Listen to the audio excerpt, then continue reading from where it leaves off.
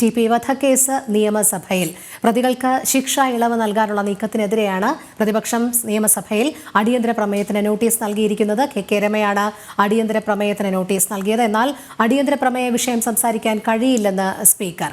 വിവരങ്ങളുമായി വിനീഷ് ചേരുന്നു. വിനീഷ്, അടിയന്തര പ്രമേയ അവതരണ അനുമതി ലഭിച്ചില്ല എന്നാണോ മനസ്സിലാക്കേണ്ടത്?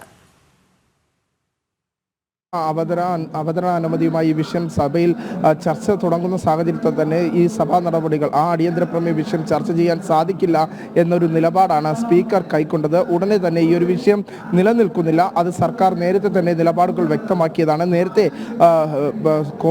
ജയിലിൽ നിന്ന് വന്ന ജയിൽ സൂപ്രണ്ടിന്റെ കത്ത് അത് സംബന്ധിച്ച രേഖകളൊന്നും തന്നെ അത് കൃത്യമായി വിലയിരുത്താൻ സാധിക്കുന്നതല്ല. അതുകൊണ്ട് തന്നെ ഇത്തരം ഇല്ലാത്ത ഒരു വിഷയത്തിന് എങ്ങനെയാണ് അടിയന്തര പ്രമേയത്തിനുള്ള അനുമതി നൽകുക എന്ന ചോദ്യമായിരുന്നു സ്പീക്കർ ഉന്നയിച്ചത്. ഉടനെ തന്നെ പ്രതിപക്ഷ നേതാവ് ഈ വിഷയത്തിൽ തിരിച്ചടിക്കുന്ന ഒരു സാഹചര്യമുണ്ടായി. പ്രതിപക്ഷ നേതാവ് വ്യക്തമാക്കിയത് ഇത്തരത്തിലാണ്: ഭരണപക്ഷത്തിന് പ്രതിപക്ഷത്തെ പേടിയാണ്, ഈ വിഷയം ചർച്ച ചെയ്യാൻ പേടിയാണ്, അതുകൊണ്ടാണ് അടിയന്തര പ്രമേയത്തിനുള്ള അവസരാനുമതി നിഷേധിക്കുന്നത് എന്ന നിലപാടാണ് പ്രതിപക്ഷ നേതാവ് എടുത്തത്. തുടർന്ന് സഭയ്ക്കുള്ളിൽ പ്രതിപക്ഷം നടുത്തളത്തിലിറങ്ങി വലിയ തോതിൽ ബഹളം വയ്ക്കുന്ന ഒരു സാഹചര്യമുണ്ടായി.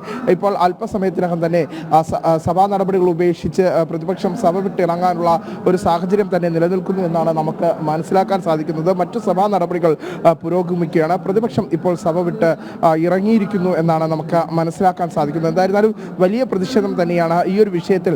പ്രത്യേകിച്ച് TP വധക്കേസുമായി ബന്ധപ്പെട്ട് പ്രതികളായി ശിക്ഷ അനുഭവിക്കുന്നവർക്ക് ഈ ശിക്ഷാ ഇളവ് നൽകാനുള്ള ഒരു നീക്കം സർക്കാരിന്റെ ഭാഗത്തുനിന്ന് ഉണ്ടായി എന്ന ആക്ഷേപം ഉന്നയിച്ചായിരുന്നു അടിയന്തര പ്രമേയത്തിനുള്ള അവതരാനുമതി തേടിക്കൊണ്ട് കെ രമ MLA നോട്ടീസ് നൽകിയത്. ഈ ഒരു നോട്ടീസിനുള്ള അനുമതിയാണ് സ്പീക്കർ തള്ളിയിരിക്കുന്നത്. എന്തായിരുന്നാലും ഇതിനെ തുടർന്നാണ് പ്രതിപക്ഷം സഭയ്ക്കുള്ളിൽ വലിയ തോതിൽ ബഹളം വെച്ചതും ഇപ്പോൾ സഭ വിട്ട് ഇറങ്ങിയിരിക്കുന്നതും. രോഹിണി.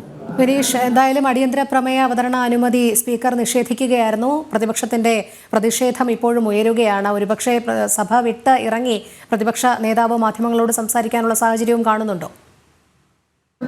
നിലവിൽ അത്തരത്തിൽ തന്നെയാണ് നമുക്ക് മനസ്സിലാക്കാൻ സാധിക്കുന്നത്. എന്തായിരുന്നാലും ഇപ്പോഴും സഭയ്ക്കുള്ളിൽ സഭാ നടപടികൾ പുരോഗമിച്ചുകൊണ്ടിരിക്കുകയാണ്. പ്രതിപക്ഷം ഇപ്പോൾ സഭ വിട്ട് പുറത്തേക്ക് ഇറങ്ങിയിരിക്കുകയാണ്. ശരി, വിനീഷാണ് വിവരങ്ങൾ നൽകിയത്.